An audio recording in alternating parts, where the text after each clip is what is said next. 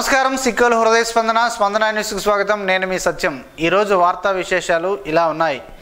కక్షిదారుల మధ్య ప్రతికూల పరిస్థితుల నుండి అనుకూల పరిస్థితులు మార్చగలిగే శక్తి ఒక్క మధ్యవర్తికే ఉంటుందని జిల్లా ప్రధాన న్యాయమూర్తి జునైద్ అహ్మద్ మౌలానా తెలిపారు.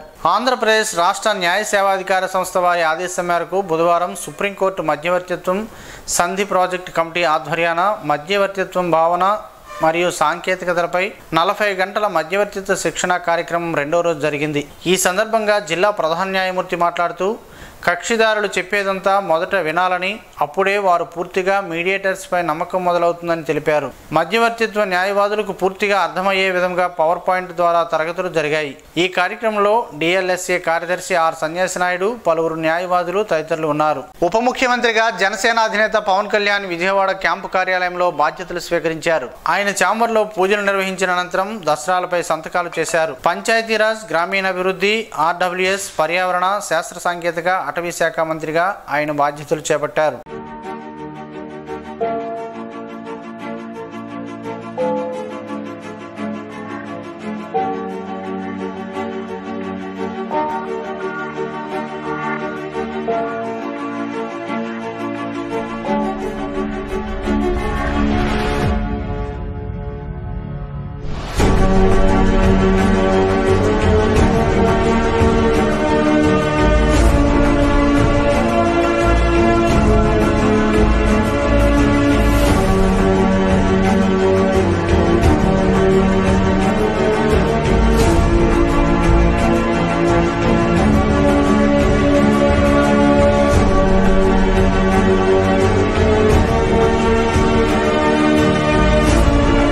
రైతుల సంక్షేమానికి రాష్ట్ర ప్రభుత్వం కృషి చేస్తుందని, ఆ దిశగా అధికారులు పనిచేయాలని శ్రీకాకుళం ఎమ్మెల్యే గొండు శంకర్ తెలిపారు. ఈ మేరకు జడ్పీ సమావేశ మందిరంలో మంత్రి అచ్చెన్నాయుడు, కేంద్ర మంత్రి రామ్మోహన్ నాయుడు అధికారులతో నిర్వహించిన సమీక్షా సమావేశంలో మంత్రులు జిల్లా అభివృద్ధికి అధికారులు కృషి చేయాలని సూచించగా, స్థానిక ఎమ్మెల్యే గొండు శంకర్ మాట్లాడుతూ వ్యవసాయ సీజన్ కాబట్టి రైతులు తక్షణ అవసరాలు తీర్చడానికి అధికారులు కృషి చేయాలని, కోడరామూర్తి స్టేడియం తక్షణమే నిర్మించాలని కోరారు.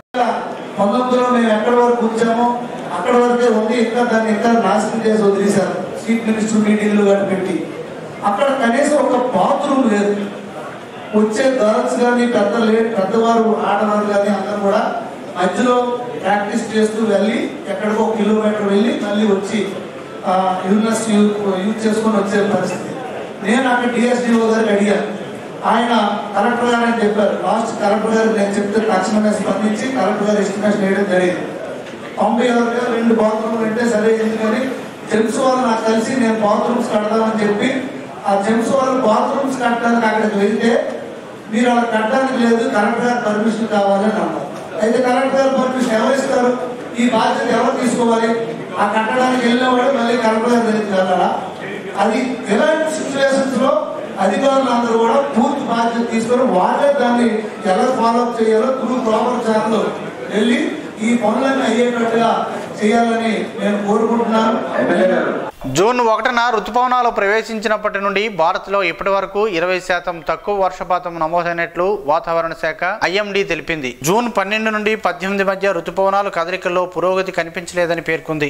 అయితే రానున్న 3-4 రోజుల్లో మహారాష్ట్ర, ఛత్తీస్గఢ్, ఒడిశా, కోస్తాంధ్ర, బీహార్, జార్ఖండ్, వాయువ్య బంగాళాఖాతంలో రుతుపవనాలు మరింత ముందుకు విస్తరించేందుకు పరిస్థితులు అనుకూలంగా ఉన్నాయని వాతావరణ శాఖ పేర్కొంది. జూన్ 1-18 మధ్య దేశంలో 64.5 మిల్లీమీటర్ల వర్షపాతం నమోదైందని, ఇది దీర్ఘకాలిక సగటున 80.6 మిల్లీమీటర్ల కంటే 20% తక్కువ అని పేర్కొంది. నైరుతి రుతుపవనాలు మే 18 నాటికి నికోబార్ దీవుల్లోకి ప్రవేశించాయి. తర్వాత మే 26 నాటికి రెమాల్ తుఫాన్తో పాటు దక్షిణాదిలోని చాలా ప్రాంతాల మధ్య బంగాళాఖాతంలోని కొన్ని ప్రాంతాలకు విస్తరించాయి. సాధారణం కంటే 6 రోజులు ముందుగానే మే 30న కేరళ మరియు ఈశాన్య రాష్ట్రాల్లోకి ప్రవేశించడం గమనార్హం. జూన్ 12 నాటికి క్రమంగా కేరళ, కర్ణాటక, గోవా, ఆంధ్రప్రదేశ్, తెలంగాణ రాష్ట్రాల్లోకి విస్తరించాయి. మహారాష్ట్ర, ఛత్తీస్గఢ్, ఒడిశా, పశ్చిమ బెంగాల్, సిక్కిం, ఈశాన్య రాష్ట్రాల్లోని కొన్ని ప్రాంతాల్లోనూ వర్షపాతం నమోదైంది. ఆ తర్వాత వాటి కదలికల్లో పెద్దగా పురోగతి కనిపించలేదని వాతావరణ శాఖ తెలిపింది. భారత్లోని 11 వాతావరణ ఉపవిభాగాల పరిధిలో జూన్ 1 నుండి 18 మధ్య సాధారణం కంటే అధిక వర్షపాతం నమోదైనట్లు వెల్లడించింది. మరో 25 ఉపవిభాగాల పరిధిలో లోటు నుండి అత్యధిక లోటు వర్షం నమోదైనట్లు తెలిపింది.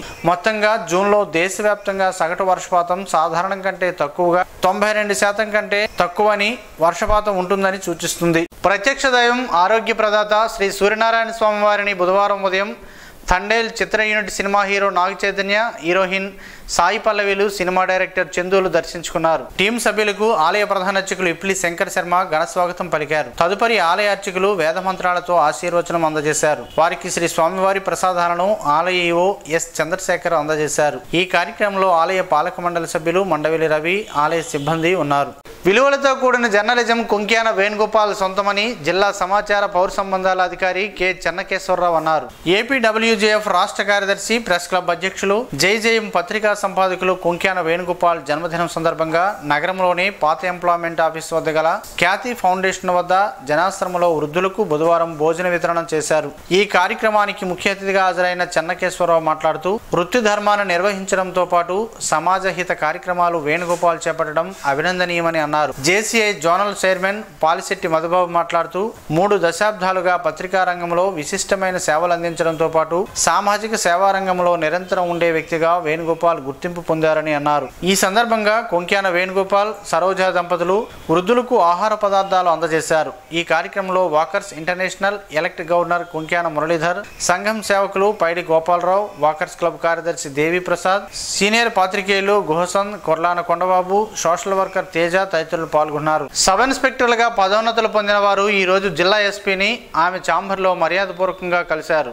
శ్రీకాకుళం జిల్లాలో 6 అసిస్టెంట్ సబ్ ఇన్స్పెక్టర్లకు సబ్ ఇన్స్పెక్టర్లుగా పదోన్నతులు కల్పించి 3 శ్రీకాకుళం జిల్లాకు మరో 3 రేంజ్ పరిధిలో ఎస్ఐలుగా కేటాయించడం జరిగింది. పదోన్నతులు పొంది శ్రీకాకుళం జిల్లాకు కేటాయించిన సబ్ ఇన్స్పెక్టర్లు P Dilli Rao, PV Ramana, K శివాజీలు బుధవారం జిల్లా పోలీస్ కార్యాలయంలో జిల్లా ఎస్పీ జిఆర్ రాధికను మర్యాదపూర్వకంగా కలుసుకున్నారు. ఈ సందర్భంగా జిల్లా ఎస్పీ నూతన ఎస్ఐలకు శుభాకాంక్షలు తెలిపారు. పదోన్నతి అనేది ఉద్యోగులకు మరింత బాధ్యత పెంచుతుందని, విధి నిర్వహణలో బాధ్యతగా పనిచేసి ప్రజలకు మెరుగైన సేవలు అందించాలని ఎస్పీ కోరారు. Srikakulam special enforcement bureau assistant excise superintendent గా నియమితులైన ఎం వినీషా బుధవారం ఉదయం జిల్లా పోలీస్ కార్యాలయంలో ఎస్పీని మర్యాదపూర్వకంగా కలుసుకున్నారు. ఈ కార్యక్రమంలో అదనపు ఎస్పీ జి ప్రేమ్ కాజిల్ ఉన్నారు. రాష్ట్ర విభజన హామీలను అమలు చేయాలని కోరుతూ టీడీపీ ఎస్సీసీఎల్ రాష్ట్ర ప్రధాన కార్యదర్శి ఎస్వి రమణమాదిగా ఈరోజు మంత్రులు కింజరాపు రామ్మోహన్ నాయుడు, అచ్చెన్నాయుడులకు వినతిపత్రాన్ని అందజేసి విజ్ఞప్తి చేశారు. ఈ సందర్భంగా రమణమాదిగా ఆనాటి ప్రతుల కాపీ బుక్లెట్ను మంత్రులకు అందజేశారు. విభజన హామీలు పూర్తిగా అమలు జరగనందున మరో 10 సంవత్సరాల కాలం పాటు అమలు జరిగేటట్లు చట్ట సవరణ చేయాలని కోరాలంటూ మంత్రులకు విజ్ఞప్తి చేయగా వారు సానుకూలంగా స్పందించి రాష్ట్ర ప్రయోజనాల కోసం తప్పకుండా కృషి చేస్తామని, ప్రజా సమస్యల పరిష్కారంలో పార్టీ కార్యకర్తలు బాగా పనిచేయాలని వారు సూచించారు. ప్రత్యక్ష దైవం ఆరోగ్య ప్రదాత శ్రీ సూర్యనారాయణ స్వామివారి దేవాలయంలో సీనియర్ సహాయకులుగా పనిచేస్తున్న జీవీఎల్ఎన్ కృష్ణమాచార్యులపై వచ్చిన అభియోగాలపై ఈరోజు అరసవెల్లి దేవాలయ కార్యాలయంలో విచారణ జరిగింది. దేవాలయంలో దేవాదాయ ధర్మాదాయ శాఖ ఉన్నతాధికారుల ఆదేశాల మేరకు విశాఖపట్నం ఉప కమిషనర్ సుజాత పర్యవేక్షణలో విచారణ చేపట్టారు. విచారణలో ఏ విషయాలు బహిర్గతమయ్యాయో అధికారులు ఇంకా వెల్లడించలేదు. విచారణ జరిగినట్లు మాత్రం మీడియాకు ఒక ప్రకటన ద్వారా తెలిపారు. ఈ కార్యక్రమంలో శ్రీకాకుళం జిల్లా దేవాదాయ ధర్మాదాయ శాఖ అధికారి ప్రసాద్ పట్నాయక్, విశాఖపట్నం ఉప కమిషనర్ కార్యాలయం సూపరింటెండెంట్ విజయ్ కుమార్ ఉన్నట్లు ఈవో చంద్రశేఖర్ పేర్కొన్నారు. కేంద్ర మంత్రి కింజరాపు రామ్మోహన్ నాయుడు, రాష్ట్ర మంత్రి కింజరాపు అచ్చెన్నాయుడులను జిల్లా ప్రభుత్వ 4వ తరగతి ఉద్యోగుల సంఘం అధ్యక్షులు సిహెచ్ ఉమాశంకర్, కార్యదర్శి ఏ తారకేశ్వరరావు మర్యాదపూర్వకంగా కలుసుకున్నారు. ఈ సందర్భంగా వారికి పుష్పగుచ్చం అందించి శుభాకాంక్షలు తెలిపారు. మంత్రులు మాట్లాడుతూ ఉద్యోగులు అందరూ కలిసికట్టుగా పనిచేసి జిల్లాకు మంచి పేరును తీసుకురావాలని అన్నారు. ఉద్యోగులకు ఎలాంటి సమస్యలు ఉన్నా తమ దృష్టికి తీసుకొస్తే సమస్యలను సామరస్యంగా పరిష్కరించుకోవడానికి అవకాశం ఉంటుందని తెలిపారు. మంత్రులను కలిసిన వారిలో సభ్యులు టి సీతారాం, జి శంకర్, ఏ పద్మ తదితరులు పాల్గొన్నారు. విశాఖపట్నం ఎంపీ భరత్ ని బుధవారం ఆయన క్యాంపు కార్యాలయంలో IIIT డైరెక్టర్ కొక్కిరాల వెంకట ధనబాలాజీ మర్యాదపూర్వకంగా కలిసి పుష్పగుచ్చాలను అందజేశారు. ఈ సందర్భంగా ఎంపీకి ఆయన అభినందనలు తెలిపారు. IIIT నిర్వహణ తదితర అంశాలపై ఎంపీకి వివరించారు. రాజీవ్ గాంధీ యూనివర్సిటీకి తన వంతు సహాయ సహకారాలు అందిస్తానని తెలిపారు. నేరేడుపల్లితో పలు ఆరోగ్య ప్రయోజనాలు ఉన్నాయని పలువురు ఆరోగ్య నిపుణులు చెబుతున్నారు. ఆ వివరాలేంటో ఈ రోజు ప్రసారమయ్యే ఆరోగ్యమే మహాభాగ్యంలో తెలుసుకుందాం.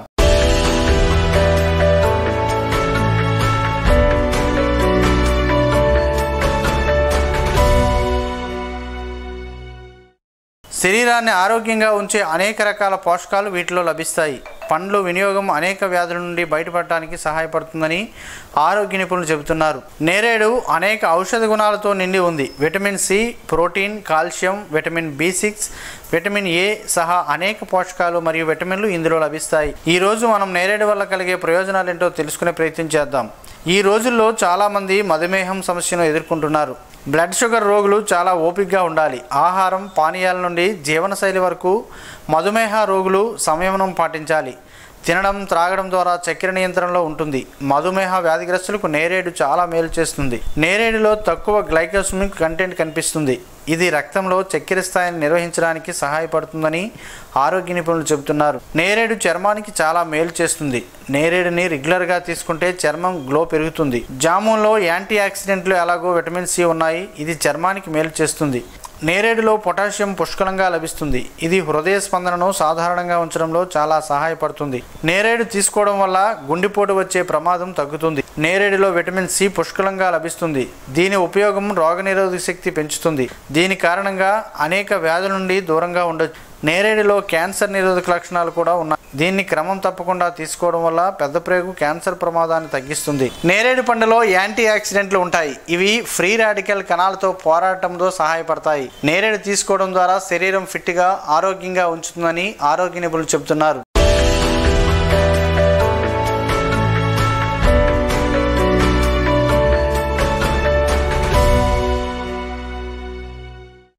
ఈరోజు వార్తల్లో ఒక మంచి మాటను విందాం, ఆచరిద్దాం. సమాజ శ్రేయస్సును కాంక్షిస్తున్న మహనీయుల మాటల్లో నుంచి ఈరోజు గమనం గమ్యం.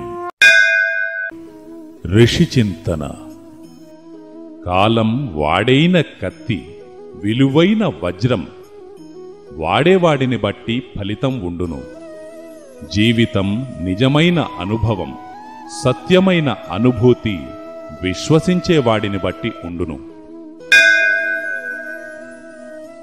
సోమరి తన వ్యవహారంలో తప్ప ప్రతి ఒక్కరి వ్యవహారంలో బిజీగా ఉంటాడు.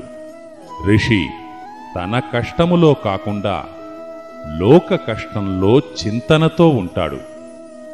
ఓం శ్రీ గాయత్ర్యై నమః. స్పందన న్యూస్ ఇప్పుడు యూట్యూబ్లో అందుబాటులో ఉంచడమైనది. SDV స్పందన అని టైప్ చేసి ప్రేక్షకులు తమకు అనుకూలమైన సమయంలో న్యూస్ని వీక్షించగలరు. ఈ వార్తలు ఇంతటితో సమాప్తం. మరలా ప్రసారమయ్యే స్పందన న్యూస్లో కలుద్దాం. అంతవరకు సెలవు. నమస్కారం. మీ మాటే మా బాట.